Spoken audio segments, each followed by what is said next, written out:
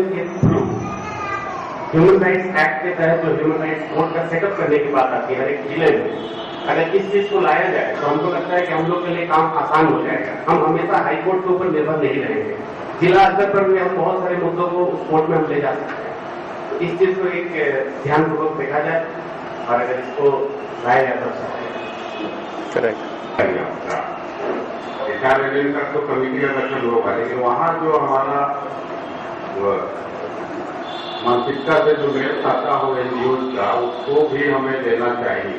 क्योंकि एक बात मुझे लगता है कि वकीलों के प्रति भी इम्प्रेशन गरीबों में, देहातों में जहाँ ह्यूमन राइट्स का वायलेशन होता है बहुत सकारात्मक या पॉजिटिव नहीं है।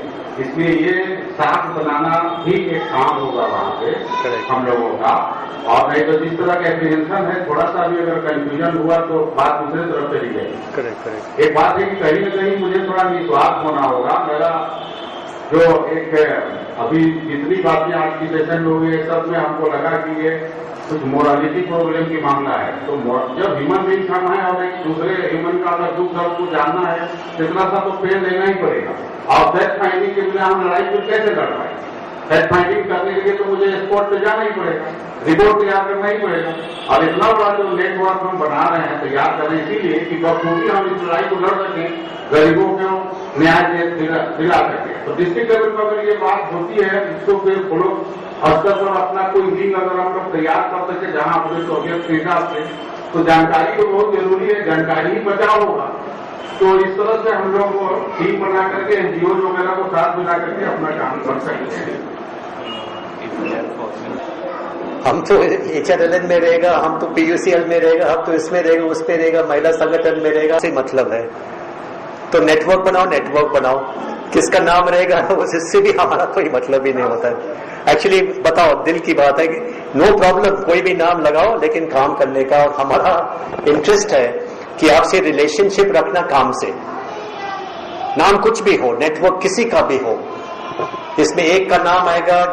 हर वक्त जब हम लोग मीटिंग करते हैं तो मीटिंग लगाते समय हम लोग 10 संगठन का नाम लगाते हैं, ताकि किसी एक संगठन का नाम आगे न हो।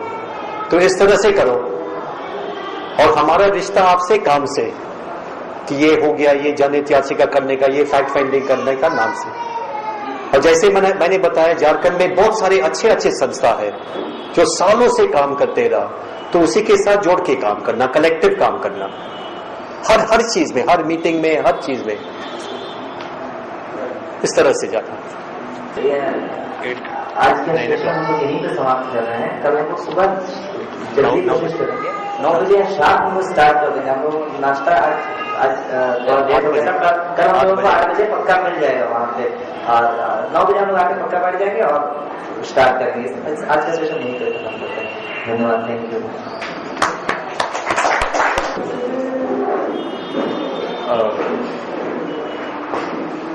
मानवाधिकार और कानून के 2 दिवसीय इस कार्यशाला के दूसरे दिन के पहले सत्र में आप सभी साथियों का स्वागत है। साथियों, हमने कल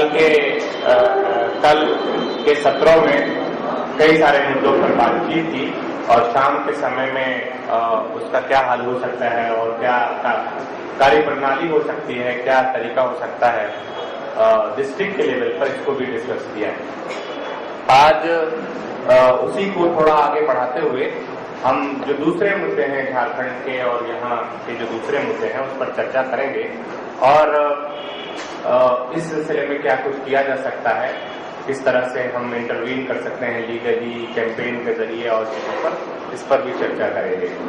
दूसरे दिन का कार्यक्रम हमें फॉरेस्ट राइट एक्ट के और उससे जो संबंधित मुद्दे हैं, वनाधिकार कानून और उससे जो संबंधित मुद्दे हैं, उससे शुरू करना था। लेकिन हम इस वक्त जो है आज के इस सत्र को और विस्थापन के सवाल से शुरू कर रहे हैं, और फिर आगे जाकर के हम वनाधिकार कानून और उससे जो संबंधित मुद्दे हैं उस पर चर्चा करेंगे। तो विस्थापन के सवाल पर बातचीत रखने के लिए और उसके सारे संदर्भों को हमारे सामने लाने के लिए, और क्या कुछ किया जा सकता है, क्या कुछ करने की जरूरत है, इस पर बातचीत रखने के लिए हमारे बीच विस्थापन के सवाल पर लंबे समय से संघर्षरत और विस्थापन के सवाल को उठा रहे लोगों पर जो दमन हो रहा है उसके खिलाफ लड़ते जो साथी लड़ रहे हैं झारखंड के विभिन्न क्षेत्रों में, वो हमारे बीच मौजूद हैं और बातचीत भी रखेंगे। मैं सबसे पहले फादर स्टैन से रिक्वेस्ट करूंगा कि वो यहाँ स्टेज पर आ जाए। फादर स्टैन हमारे लिए हम सब उनसे वाकिफ हैं। आप People's Union for Civil Liberties और बहुत सारी संस्थाओं से जुड़े हुए हैं। Father stand.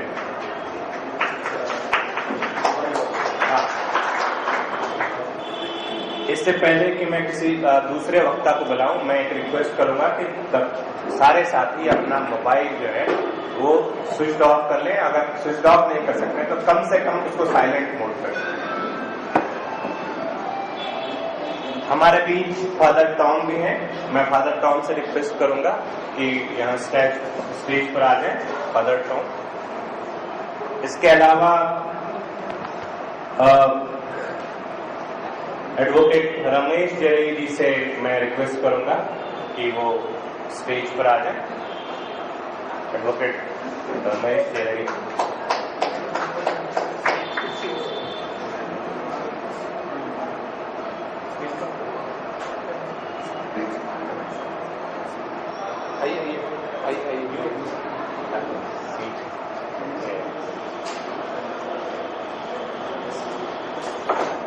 विस्थापन के ही सवाल पर एक लंबे समय से विस्थापन विरोधी जन विकास आंदोलन से जुड़े साथी दामोदर तोरी, मैं उनसे रिक्वेस्ट करूंगा कि वो स्टेज पर आ जाएं। इसके अलावा हमारे साथी गुलाब चंद्र जी से भी मैं रिक्वेस्ट करूंगा कि वो स्टेज पर आ जाएं।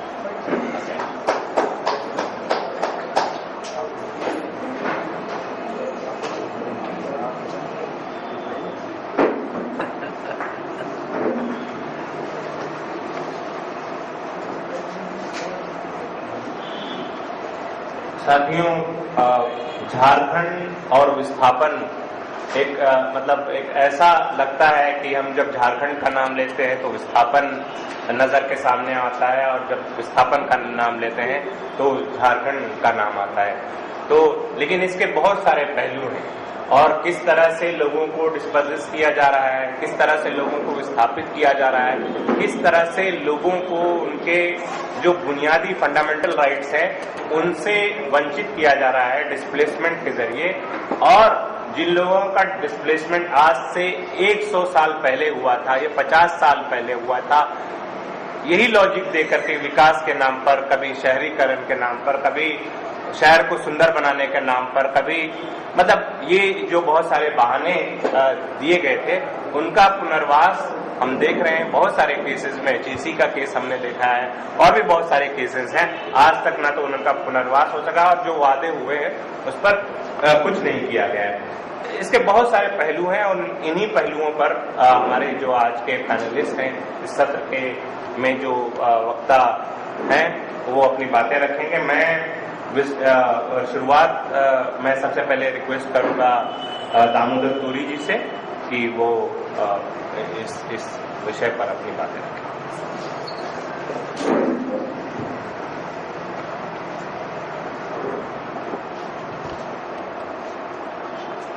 आदरणीय इस वर्कशॉप में बैठे मंच के साथी और उपस्थित यहाँ पूरे झारखंड क्षेत्र से अलग अलग क्षेत्रों में मानव अधिकार पर और विस्थापन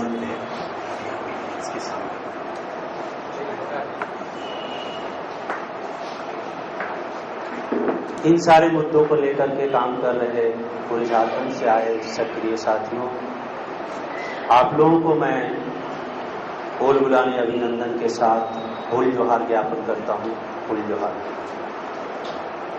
साथियों, विस्थापन का शुरुआत औपनिवेशिक काल से ही शुरू होती है और वो आज तक चल रही है।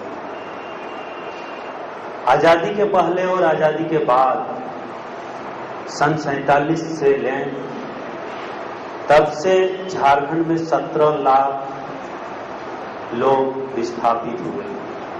वो इसलिए विस्थापित हुए कि नेहरू के टाइम में उन्होंने बोले कि हमने जो विकास करेंगे और विकास का नारा दिए वो विकास की मंदिर साबित होगा। उस टाइम में एचईसी में कारखाना बने, बोकारो में बना, चांडिल में डैम बना, दुमका में मासनजोर डैम बना। और ये सारे जगहों में जो लोगों की घर, गांव, जल, जंगल, जमीन जो डूब गया, जो अधिग्रहण कर लिया सरकार ने, और तब से लेकर आज तक जिनका वहां जमीन गया, जिनका वहां घर गया, उजड़ गया, वो मुआवजा नौकरी पुनर्वास की लड़ाई आज भी लड़ रहे हैं। बोकारो के लोग, एचईसी के लोग, मासनजोर के डैम के लोग और चांडिल डैम के लोग। और जब वो इसके लिए कि हमारा जमीन गई, हमको नौकरी दो, हमको मुआवजा दो, हमको पुनर्वास दो, इसके लिए लड़ाई चल ही रहा है, चलते ही आ रहा है। उसके बाद से इधर झारखंड अलग राज हो जाता है 2000 में, और झारखंड अलग राज होने के बाद यहाँ बड़े बड़े कॉरपोरेट घरानों को कारखाना खोलने के लिए, डैम बनाने के लिए आमंत्रित किया जाता है और एमओयू साइन होने लगता है। तब 100 से ज्यादा एमओयू अभी झारखंड में साइन हो चुका है। अब लोग पहले से भी स्थापित था और उतना दिन तक मुआवजा नौकरी और पुनर्वास की लड़ाई उन्होंने लड़ते आ ही रहा था। तब लगा कि ये धोखा है। धोखा इस मायने में है कि चांडिल डैम का पानी अगर चांडिल डैम के अगल बगल गांव के लोगों को सिंचाई करने के लिए नहीं मिले, चांडिल के अगल बगल के गांव के लोगों को शुद्ध पेयजल नहीं मिले, तो ये किस तरह का विकास है। मासनजोर डैम का भी वही हाल है। बोकारो में जिनकी जमीन गई, जिनका घर में कारखाना बना, उनको कुछ भी नहीं मिलेगा। ये किस तरह का विकास है। दरअसल ये विकास मुट्ठी भर लोगों के लिए, कुछ लोगों के लिए विकास है। इस विकास में सिर्फ मतलब मुनाफा, कंपनी को मुनाफा बटोरना है, दिन दुगुनी और रात चौगुनी के दर से सिर्फ मुनाफा को केंद्र में रख करके आम जनता की जीवन स्थिति को रौंदा जा रहा है, उसको घर से बेघर किया जा रहा है, संस्कृति से उसको बेघर किया जा रहा है, उसका मतलब जीने के लिए कठिन से कठिन स्थिति में ले जाकर के पहुंचा दे रहा है, बदतर स्थिति दे रहा है। तो ये जब होने लगा और ये सब जब होते रहा है, तब लोगों ने जब एमओयू साइन शुरू हुआ और कहीं जिंदल, कहीं मित्तल, कहीं एसआर, कहीं अभिजीत ग्रुप, ये सारे कंपनियां झारखंड में दस्तक देने लगी, तो लोगों की एक बिरसा मुंडा, सिद्धू कानू, तिलका मांझी के जमाने से जल जंगल जमीन बचाने का उनका अपनी विद्रोह की परंपरा रही है। अपनी आंदोलन के जरिए, सशस्त्र आंदोलन के जरिए अपना जमीन बचाए रखने की एक आंदोलन की परंपरा रही। उस परंपरा को दोहराते हुए सभी जगह एमओयू के खिलाफ आंदोलन शुरू हुए और हम लोगों ने भी पूरे सभी आंदोलनों को संगठित करके विस्थापन विरोधी जन विकास आंदोलन के बैनर में हम लोगों ने ये बात को बताया कि भाई ये विस्थापन के नाम पर हमारा विनाश हो रहा है, हमारा घर द्वार संस्कृति उजाड़ा जा रहा है। ये सब जब होने लगा तो पहले तो बात थी कि सरकार जमीन अधिग्रहण करके कंपनी को देगी, अब सीधे सीधे कंपनी जमीन अधिग्रहण शुरू की। इस दौरान क्या होता है कि कंपनी के लठेर, कंपनी के गुंडे और कंपनी का एक नरम पॉलिसी भी बनता है। उसमें कहता है कि कुछ गांव के लोगों को, कुछ पढ़े लिखे युवाओं को कहता है कि आपका विकास होगा, उसको मोटरसाइकिल देना, मोबाइल देना, फिर उससे जबरदस्ती जमीन मालिक को दबाव बनवा करके जमीन को लिखवाना, ये सारे चलने लगा। और जो लोग इस बात को समझ रहे थे और जमीन बचाने की लड़ाई लड़ रहे थे, उसके साथ में हमारा नेता, मंत्री, सारे लोग हैं। पूरा हमारा जो मशीनरी है वो जिंदल, मित्तल, टाटा, बिरला, एसआर, अभिजीत ग्रुप के साथ खड़ा होते हैं। इसका उदाहरण मैं झारखंड के कई क्षेत्रों में देखा। दुमका में, आमगाछी, काटीपुर में जो फायरिंग हुआ, वो किस लिए फायरिंग हुआ? जबरदस्ती कंपनी को जमीन दिलाने के लिए हमारी सरकार की पुलिस ने हमारे लोगों के ऊपर गोलियां बरसाई। तापकारा में भी यही हुआ। अभी जो नगरी में हो रहा है, ये क्या है? जबरन, मतलब कुछ लोगों के विकास के लिए, कॉर्पोरेट घरानों के विकास के लिए, उनके मुनाफा के लिए हमको घर द्वार संस्कृति से उजाड़ा जा रहा है। तो लोगों ने अब नारा देने शुरू किए हैं कि हम अब 1 इंच भी जमीन नहीं देंगे, क्योंकि हम जमीन देंगे और हमारा ही विकास नहीं होगा तो हम क्यों जमीन देंगे? हम विनाश के लिए तो अपना जमीन नहीं दे सकते हैं ना। हमारा पूर्वज शुरू से विनाश होते आए हैं, अब और विनाश नहीं होना है। इसी समझ के साथ लोगों ने आज जमीन देने से इनकार करता है। सवाल है कि कुछ पढ़े लिखे नौजवान, कुछ पढ़े लिखे लोग कंफ्यूज हो जाते हैं। वो कहते हैं डैम नहीं बनेगा, कारखाना नहीं बनेगा तो विकास कैसे होगा?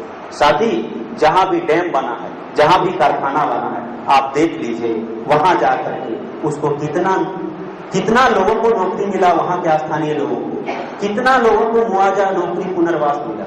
नहीं मिलता है। सामने में बोकारो अभी इलेक्ट्रो स्टील लिमिटेड जो लगाया गया है, अभी तक तो हमारी सरकार ने हम पर गोलियां बरसा रही थी। बोकारो स्टील में, बोकारो का जो इलेक्ट्रो स्टील प्लांट है, वहां कंपनी के निजी गार्डों ने एक आदमी को गोली मारा जो जमीन देने से इनकार कर रहा था, और वो आदमी मारा गया और कुछ भी नहीं हुआ। उस पर मुकदमा भी दायर नहीं हुआ, ना उसको कोई कंपनसेशन मिला। तो ये चल रहा है।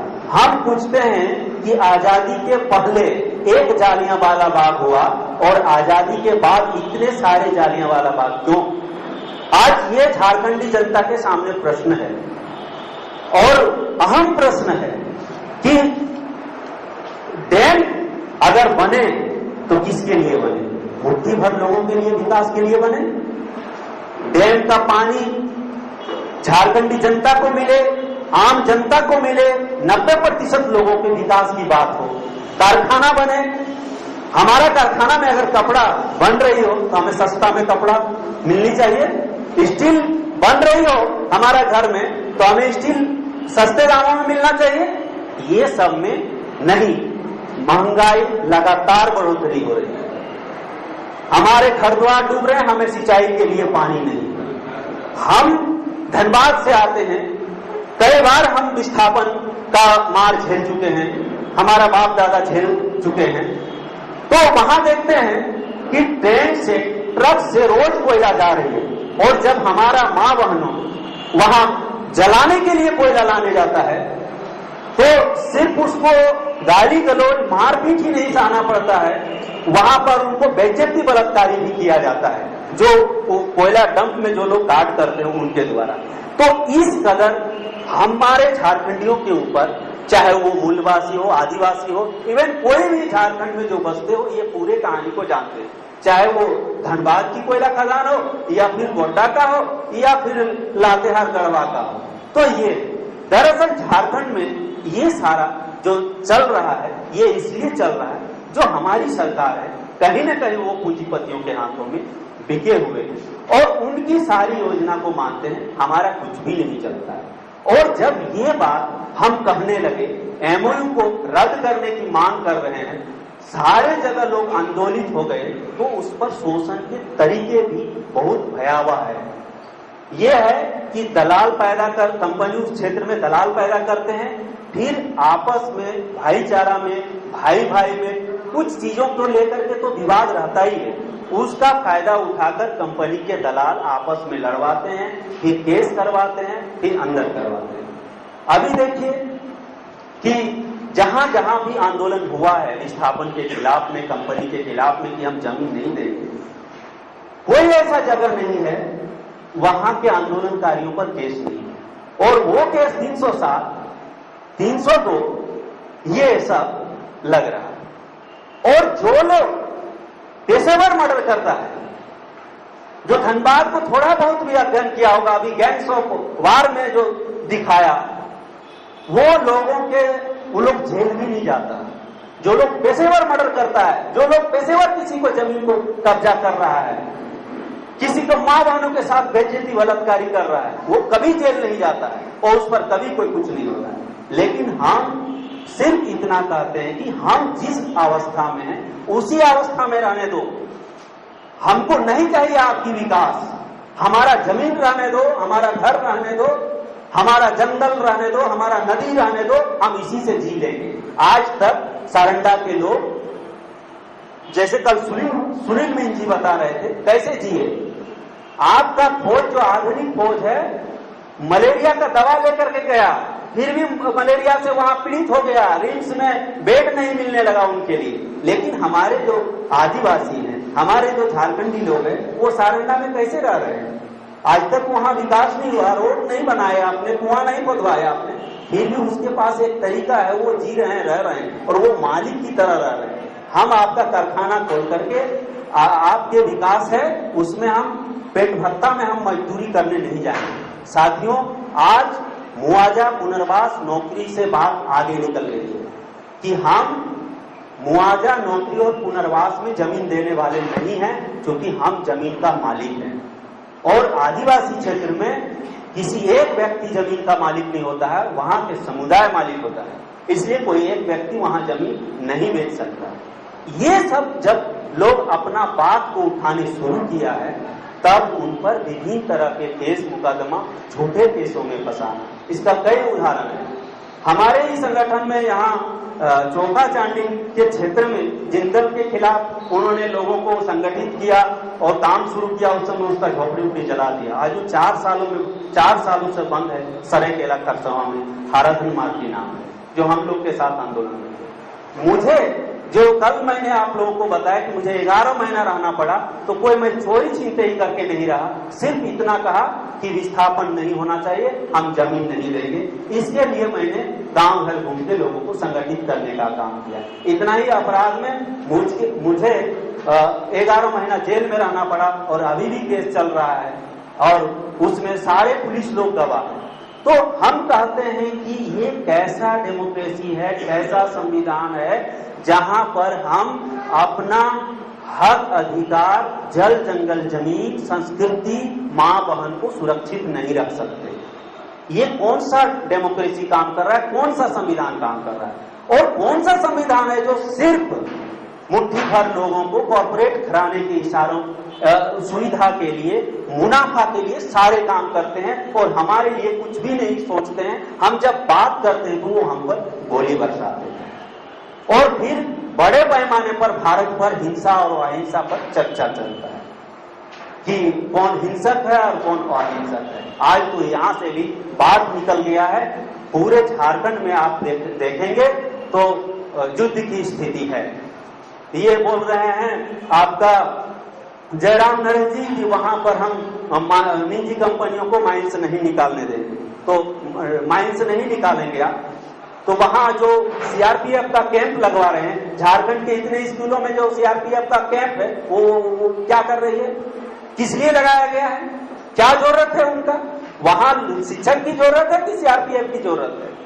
तो पूरा झारखंड में ये चल रहा है। मैं कहता हूं, मैं अपने दृष्टि से देखता हूं कि यहाँ for the people, of the people and by the people के जगह for the corporate, of the corporate, in by the corporate है, दूसरा कुछ भी नहीं है। इसलिए हम लोग को सोचना चाहिए और संगठित होना चाहिए और चट्टानी एकता के साथ कैसे अपने घर द्वार जमीन संस्कृति को बचाया जाए, इसके लिए हम लोग नए नए तरीके से संघर्ष को विकास करें और ज्यादा संगठित हों और जो इस तरीके के लड़ाई में जो केस मुकदमा में फंस रहे हैं उसको हम टीम बना करके लीगल रूप से सहयोग करके और अपने जल जंगल जमीन बचाने का काम करें।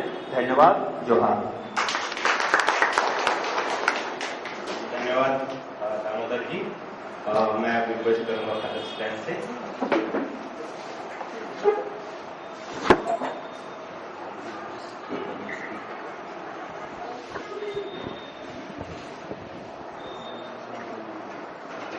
साथियों, एक बार वरीय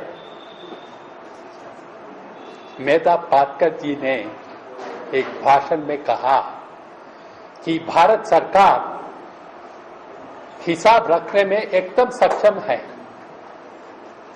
जब एक बड़ा बांध बनता है उसके लिए कितने हजार टन इस्पात चाहिए, कितने हजार टन ईंटा चाहिए, कितने हजार टन बालू चाहिए, इत्यादि इत्यादि, खूब सक्षम है। लेकिन उससे पूछिए इस बात बनते ही कितने जन विस्थापित हुए, सरकार बोलती है हम नहीं जानते। इसका माने क्या है? इसका माने यह है कि सरकार जो अभी अधीन बनी है पूंजीवाद शासक वर्ग को, उनका क्या मूल्य है? बालू, सीमेंट और ईंटा ज्यादा मूल्यरत है और मानविक जीवन या जान कम ही है कीमत में। यही है जो मनोभावना जो अभी चल रहा है। अगर हम लोग विस्थापन के खिलाफ लड़ते हैं, ये सिर्फ सरकार के खिलाफ नहीं, सिर्फ उद्योगपतियों के खिलाफ नहीं, सिर्फ दलाल लोगों के खिलाफ नहीं, लेकिन हमारी लड़ाई एक सिद्धांत के खिलाफ है। उस सिद्धांत क्या है कि किन्होंने इस सिद्धांत को बनाया? कि पूंजीवाद शासक वर्ग ही बनाया है। वो सिद्धांत क्या है? देश में सबसे जरूरी है अभी बढ़ोतरी, growth for the sake of growth. देश का धन को बढ़ाते रखना है। रोज हम लोगों का टीवी में दिखाया जाता है, सेंसेक्स अगर 17,000 के ऊपर है तब बोला जाता है ठीक ठाक है हमारी परिस्थिति, आर्थिक परिस्थिति। अगर नीचे आ गया तब बोला जाता है अभी फिलहाल के लिए कुछ कमजोरी है लेकिन हम पकड़ लेंगे। 17,000 के ऊपर हम लोग तैरते रहेंगे। यही हम लोगों को दिलाया जाता है रोज रोज। और जीडीपी, और एक बड़ी झूठ बात कि जीडीपी का परसेंटेज क्या होगा? हम लोग बोल रहे थे 8% हुआ, 9% हुआ, या इस साल 9% होगा या 10% ही होगा। अभी अंत में 5 या 6% तक आ गया। इसलिए अभी बोला जाता है हम लोग को और जोर देके पकड़ना है ताकि हम लोग कम से कम 8% पहुंच सके। देखिए, यही है हमारे सामने, समाज के सामने रखा जा रहा एक भ्रम।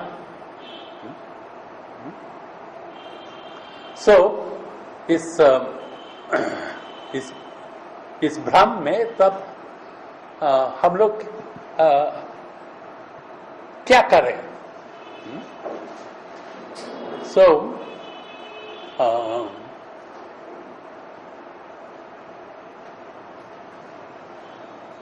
इसके साधन क्या है इस बढ़ोतरी को आगे बढ़ाते रखने के लिए? 3 तो साधन हमारे सामने रखे गए हैं। एक है ग्लोबलाइजेशन, वैश्वीकरण, दूसरा है लिबरलाइजेशन, उदारीकरण, तीसरा है प्राइवेटाइजेशन, निजीकरण। ये तीनों साधन है समाज में जिसके द्वारा हमारी बढ़ोतरी, आर्थिक बढ़ोतरी बढ़ती रहेगी। इस तीनों को हम लोग काफी जानकार हैं। इसको हर विषय को लेके मुझे और विश्लेषण करने की जरूरत नहीं। इस सब के चलते अभी परिस्थिति क्या बन रही है कि जो अमीर थे और अमीर बनते जा रहे हैं और जो गरीब हैं और गरीब बनते जा रहे हैं। इसलिए अभी गरीब जनता भी जागृत हो रही है। वो बोलती है काफी है, जो कुछ हुआ है वो काफी है। हम लोग आगे सहने के लिए, धोखा खाने के लिए तैयार नहीं हैं। इसलिए प्राय कम विशेषकर 2005 या 6 से शुरू करके ये प्रतिरोध, विस्थापन के खिलाफ प्रतिरोध बढ़ने शुरू किया है। और जब जनता प्रतिरोध की है, जैसे दामोदर जी ने बताया, सैकड़ों 100 से ज्यादा MOU साइन किए गए हैं, लेकिन उनमें से एक भी बड़ी कंपनी जिन्होंने हजारों एकड़ की जमीन मांगी थी और सरकार भी हाँ बोली थी, कोई भी एक भी बड़ी कंपनी अपनी पूरी जमीन जो मांगी थी उसको प्राप्त कर पाई और अपना उत्पादन को शुरू कर पाए।